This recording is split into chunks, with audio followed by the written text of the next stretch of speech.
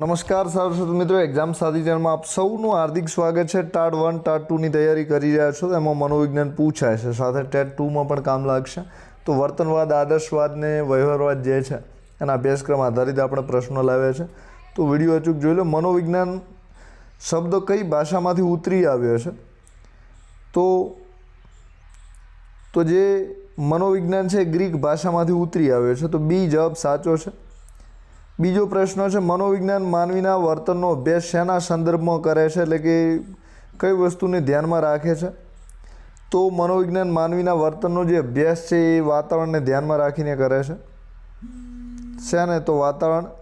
તો માણસનું જે વર્તન છે એ કઈ રીતે બદલે છે, શું ચેન્જ છે, તો એ વાતાવરણ પરથી એનામાં બદલાવ આવતો હોય છે, તો વાતાવરણને ધ્યાનમાં રાખીને કરે છે। તો બીજામાં ડી જવાબ છે। મનોવિજ્ઞાનનું વિષય વસ્તુ શું છે? તો મનોવિજ્ઞાનનું વિષય વસ્તુ જે છે વર્તન છે। શું છે? વર્તન એટલે કે વર્તન કઈ રીતે વ્યક્તિ કરે છે એ જુએ છે। મનોવિજ્ઞાનને વિજ્ઞાન તરીકેનો દરજ્જો ક્યારથી પ્રાપ્ત થયો છે? તો ઈસવીસન 1879ની સાલ। ક્યારે? ઈસવીસન 1879। સી જવાબ સાચો છે। પાંચમો પ્રશ્ન છે, મનોવિજ્ઞાનને પ્રયોગાત્મક સ્વરૂપ આપવાની યશ કોને ફાળે જાય છે? તો જે પ્રયોગાત્મક સ્વરૂપ છે એટલે કે પ્રયોગ કરી શકાય છે, તો એ વોન્ટ લાવ્યા હતા। કોણ લાવ્યા હતા? તો વોન્ટ નામ તમારે યાદ રાખવાનું છે। તો મનોવિજ્ઞાનને પ્રયોગાત્મક સ્વરૂપ આપવાનું યશ વોન્ટને જાય છે। છઠ્ઠા નંબરનો પ્રશ્ન છે, રચનાવાદીઓએ કઈ પદ્ધતિનો ઉપયોગ કર્યો? તો જે રચનાવાદીઓ છે એમણે અંતરનિરીક્ષણ પદ્ધતિનો ઉપયોગ કર્યો, તો સી જવાબ સાચો છે। તો રચનાવાદીઓએ કઈ પદ્ધતિનો ઉપયોગ કર્યો? તો આંતરનિરીક્ષણનો ઉપયોગ કર્યો હતો। હવે 7 નંબરનો પ્રશ્ન છે, વર્તનવાદના પ્રેરણાતા કોણ હતા? એટલે કે જે વર્તનવાદનો સિદ્ધાંત છે એ કોણે આપ્યો છે? તો વર્તનવાદનો સિદ્ધાંત વોટ્સને આપ્યો છે। કોણે આપ્યો છે? વોટ્સને આપ્યો છે। તો વર્તનવાદનો જે સિદ્ધાંત છે વોટ્સને આપ્યો છે। સાથે પ્રયોગાત્મક સ્વરૂપ આપવાનો ફાળો કોનો જાય છે? તો વોન્ટ દ્વારા પ્રયોગાત્મક સ્વરૂપ મનોવિજ્ઞાનને અપાયું છે, તો વોન્ટનું નામ યાદ રાખવાનું છે। રચનાવાદીઓ આંતરનિરીક્ષણનો ઉપયોગ કરે છે। વર્તનવાદના જે પ્રેરણાતા છે જે બી વોટ્સન છે। સી જવાબ સાચો છે। 8 નંબરનો પ્રશ્ન છે, અચેતન મનનો સિદ્ધાંત કોણે આપ્યો છે? જે કોન્શિયસ માઇન્ડ તમે કહેતા હો છો, તો એનો સિદ્ધાંત કોણે આપ્યો છે? તો ફ્રોઈડે આપ્યો છે। સિગમન્ડ ફ્રોઈડ જે છે એમના દ્વારા આ સિદ્ધાંત અપાયો છે। તો અચેતન મનનો સિદ્ધાંત કોણે આપ્યો છે? તો ફ્રોઈડ દ્વારા અપાયો છે, ખાસ યાદ રાખજો। 9 નંબરનો પ્રશ્ન છે, મનોમાપનલક્ષી મનોવિજ્ઞાનનો આરંભ કોની બુદ્ધિ કસોટી સાથે થયો એમ ગણી શકાય છે? એટલે કે એવી કઈ બુદ્ધિ કસોટીથી જેણે મનોમાપન ચાલુ કર્યું? તો બીને અને સાયમનની કસોટી છે। તો બીને અને સાયમન, એ જવાબ સાચો છે। તો મનોમાપનલક્ષી, બરાબર, મતલબ કે મનના જે વ્યવહાર છે, વર્તન છે, એને માપવાની કસોટી બીને સાયમને આપી હતી।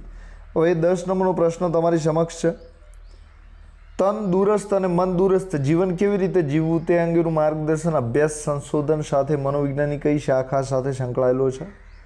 તો જે સ્વાસ્થ્યનું મનોવિજ્ઞાન છે એ મન સ્વસ્થ એટલે કે મન તંદુરસ્ત, અને બીજું જે તમારું મન તંદુરસ્ત હોય તો તમારું જીવન પણ કેવું રહે છે? નિરોગી રહે છે।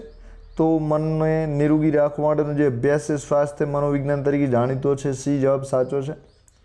11 નંબરનો પ્રશ્ન છે, કોના મતે મનોવિજ્ઞાન માનવી અને પ્રાણીના વર્તનનું વિજ્ઞાન છે? તો મનોવિજ્ઞાન માનવી અને પ્રાણી આ બંનેના વર્તનનું વિજ્ઞાન હોય એવું કોણ કહી રહ્યા છે? તો સીટી મોર્ગન। કોના દ્વારા આવું કહેવાયું છે? સીટી મોર્ગન દ્વારા। તો ડી જવાબ સાચો છે। સીટી મોર્ગનના શબ્દો છે કે મનોવિજ્ઞાન માનવી અને પ્રાણીના વર્તનનું વિજ્ઞાન છે।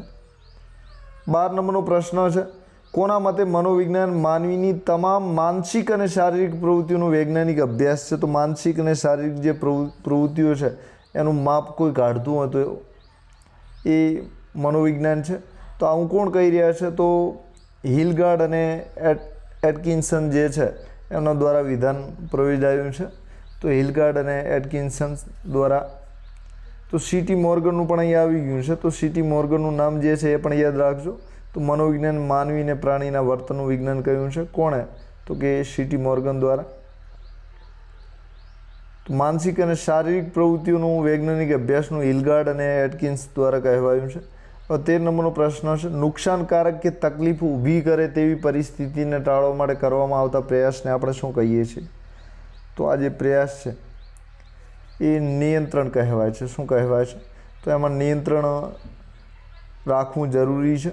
તો મુશ્કેલ પરિસ્થિતિમાં નિયંત્રણ અગત્યનું છે. હવે 14 નંબરનો પ્રશ્ન છે, કેમ્બ્રિજ મેસેચ્યુટ્સ મનોવિજ્ઞાનની પ્રયોગશાળા કોણે સ્થાપી હતી? તો કેમ્બ્રિજ મેસેચ્યુટ્સ કરીને જે શાખા છે કોના દ્વારા સ્થાપાઈ છે? તો વિલિયમ જેમ્સ દ્વારા. કોના દ્વારા? વિલિયમ જેમ્સ દ્વારા આ શાખા સ્થપાઈ છે.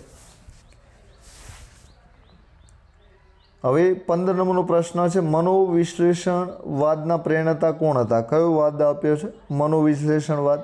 તો જે મનોવિશ્લેષણવાદ છે એ સિગમન્ડ ફ્રોઈડ દ્વારા અપાયો છે, વોટસન દ્વારા વર્તનવાદ અપાયો છે. તો સિગમન્ડ ફ્રોઈડ દ્વારા શું અપાયો છે?